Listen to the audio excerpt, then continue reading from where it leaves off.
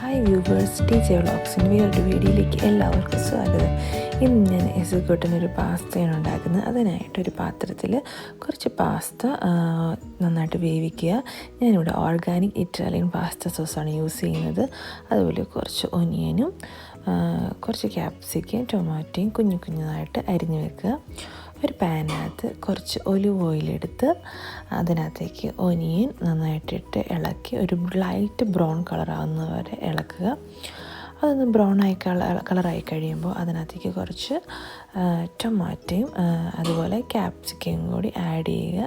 എല്ലാം കൂടി നന്നായിട്ടൊന്ന് ഇളക്കി കഴിഞ്ഞ് കഴിയുമ്പോൾ കുറച്ച് മഞ്ഞൾപ്പൊടിയും അതുപോലെ മിക്സഡ് ഹെർബ്സും ബേസിലും കൂടെ ഞാൻ അതിനകത്തേക്ക് ആഡ് ചെയ്ത് നന്നായിട്ട് ഇളക്കി എല്ലാം കൂടെ നന്നായിട്ടൊന്ന് മിക്സ് ചെയ്ത് കഴിഞ്ഞ് കഴിയുമ്പോൾ വെന്ത പാസ്ത അതിനകത്തേക്ക് ഇട്ട് മിക്സ് ചെയ്യുക.